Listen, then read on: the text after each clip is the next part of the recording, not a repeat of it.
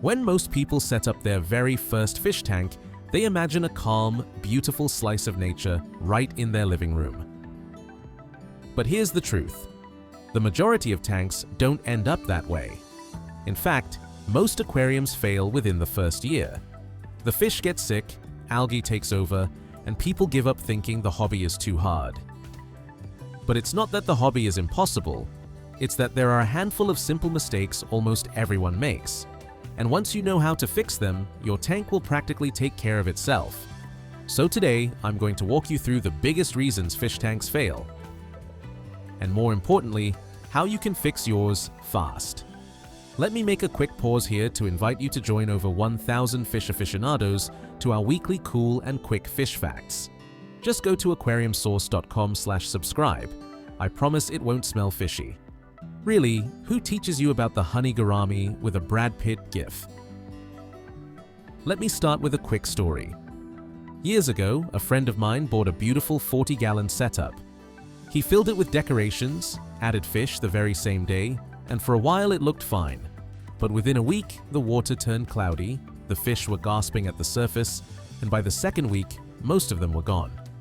He was crushed and he swore off aquariums altogether. The sad part is, he didn't fail because he was careless.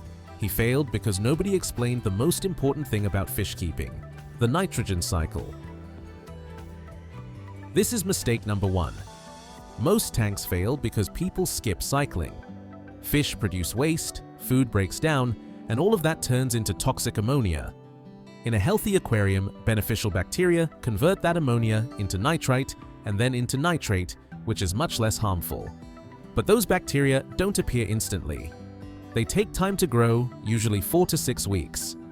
If you dump fish into a brand new tank before those bacteria colonies establish, your tank becomes a toxic soup, and your fish don't stand a chance. The fix is simple, but requires patience. Always cycle your tank before adding fish. Test your water, make sure ammonia and nitrite hit 0, and only then add livestock.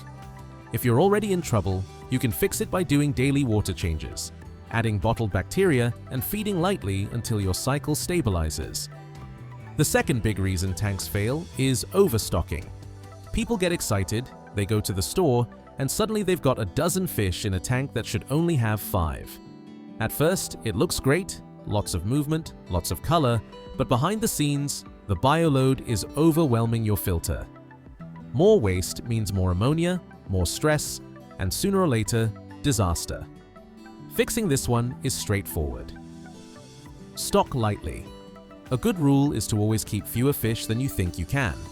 If your tank is already overstocked, rehome a few fish, upgrade your filter, or move to a bigger tank.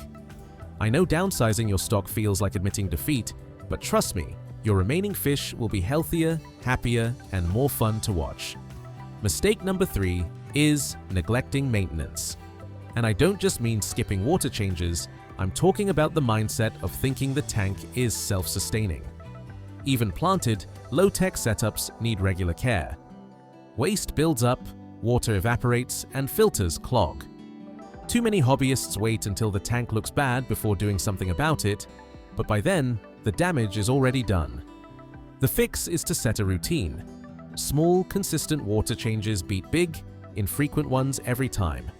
Rinse filter media in tank water once a month, clean the glass, trim your plants. It's not glamorous, but it prevents the slow slide into failure. The fourth reason tanks fail is overfeeding. This is a tough one because feeding is fun. It's how we interact with our fish. But here's the catch. Fish don't need nearly as much food as most people think. What doesn't get eaten in a couple of minutes just rots at the bottom, fueling algae blooms and wrecking your water quality. The fix is to feed sparingly.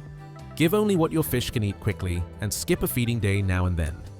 They'll be healthier and your tank will stay cleaner. Now let's talk about equipment mistakes. A lot of tanks fail because the filter, heater, or lighting just isn't right for the job. Cheap undersized filters might move some water around, but they don't provide enough biological media for bacteria to thrive. Heaters that fluctuate too much stress fish out, and lighting that's too strong fuels algae, while too weak leaves plants dying. The fix here is investing in reliable gear from the start. You don't have to buy the most expensive thing on the shelf, But don't cut corners on the basics either.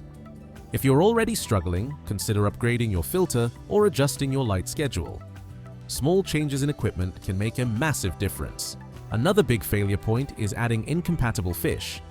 It's tempting to buy whatever looks cool at the store, but not every species plays nice together. Aggressive fish can bully peaceful ones, some species grow way too big, and others need completely different water parameters. I've seen so many tanks fail simply because the wrong mix of fish created constant stress and fighting. The fix? Research before you buy. If you're already in a bad mix situation, don't wait. Rehome the problem fish or set up a second tank. It's not about giving up, it's about creating harmony so all your fish can thrive. And here's a sneaky one most beginners don't realize: chasing numbers.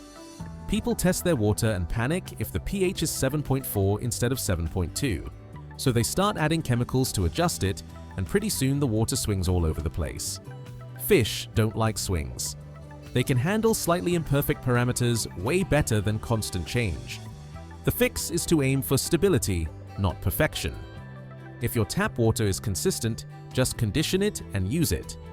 Unless you're keeping really sensitive species, chasing numbers usually does more harm than good. The last reason I'll cover is impatience. Aquariums are slow. They run on nature's schedule, not ours. People want instant results: crystal clear water, lush plants, thriving fish.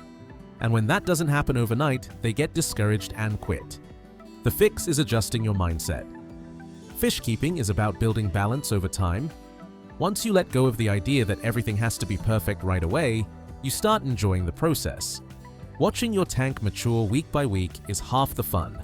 So let's bring this back around. Most tanks don't fail because the hobby is too hard. They fail because people rush, overstock, overfeed, or misunderstand the basics. But every one of those problems has a simple fix. Cycle your tank, stock lightly, do regular maintenance, feed less, use the right equipment, choose compatible fish, stop chasing numbers, be patient. Do those things, and your tank will not only survive, it'll thrive.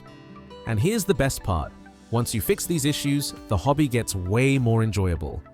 Instead of fighting constant battles with algae and sick fish, you get to relax and enjoy the living art you've created. That's what fish keeping is supposed to be about. If you're struggling with your tank right now, don't give up.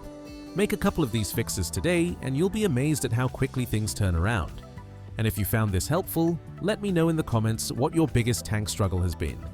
Hit that subscribe button if you want more practical, no-nonsense aquarium advice. Thanks for watching, and I'll see you in the next one.